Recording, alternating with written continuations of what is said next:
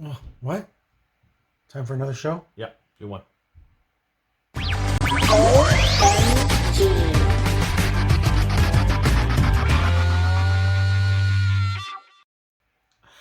Welcome back, everybody, to another Flipping Tables. My name is Sean Evans, And I'm Tycko. and today we have a game called Roll for Adventure. This is from teams in Cosmos or Cosmos Games, depending on where you are in the world. We saw this game at PAX Unplugged back in December, and we loved it. This is an adventure game. It is a co-op adventure game. 2 to 4 players. Takes about 30 minutes to play. Very, very easy to understand, but so much fun to play.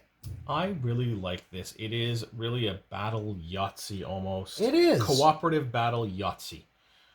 So each player gets to take on the role of an adventurer or a fighter or a warrior. And there's several of these classes that you can choose.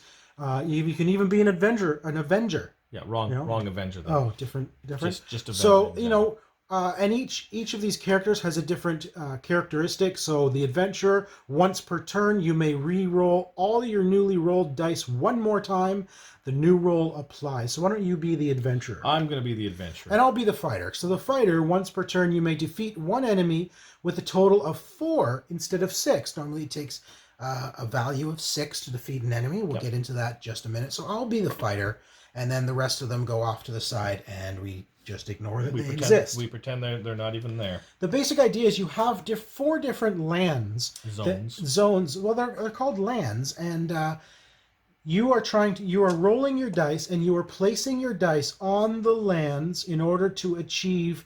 You're trying to get these gems, which then unlock the particular magical entity you're trying to get. So in this case, we're gonna play the Book of Magic. It requires 5 gems. It is the easy one, and it goes 6 gems for the Sword of Saints, 7 gems for the Crown of Kings, and 8 gems for the Jewel of Light. Obviously, the more gems you need, the harder the game is going to be. Yes. Because the game is fighting back as you play. So what you're going to do on your turn is roll your die.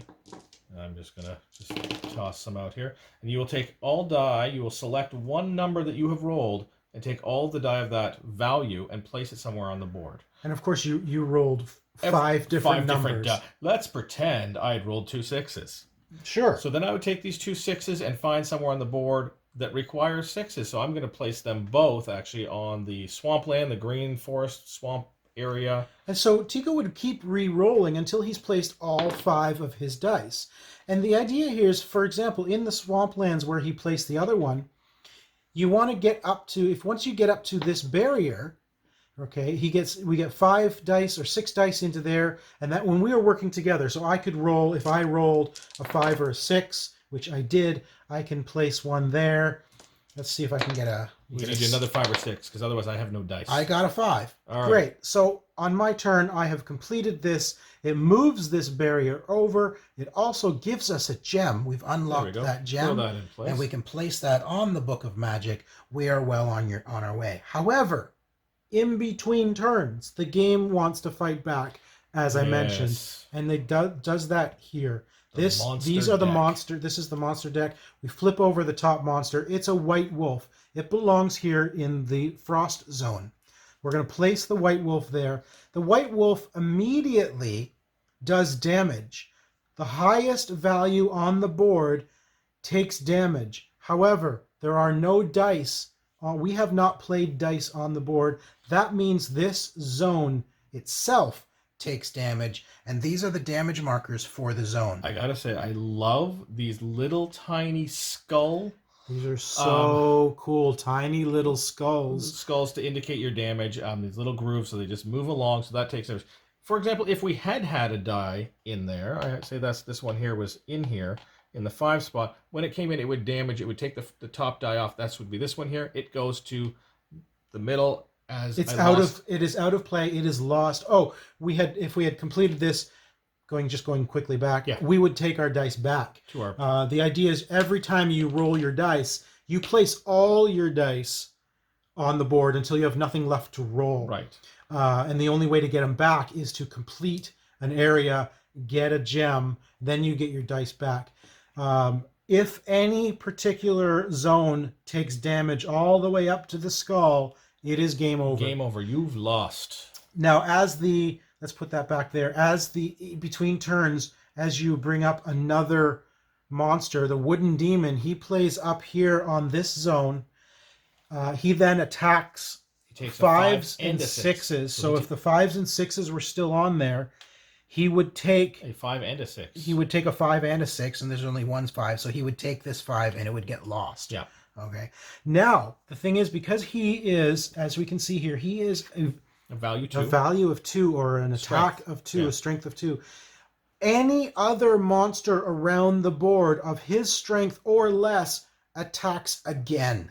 So the white wolf would attack this zone again. It would take another damage. So you really want to attack those creatures, and you attack those creatures by getting a value of 6 or more on that. So you spend your dice on the creature to kill it. And as you remember, with my fighter, I can defeat an enemy with a total of 4. Yeah. So in one turn, I could say, you know what? I don't want that white wolf. I've rolled a 4. I'm going to put it on there. That defeats the white wolf.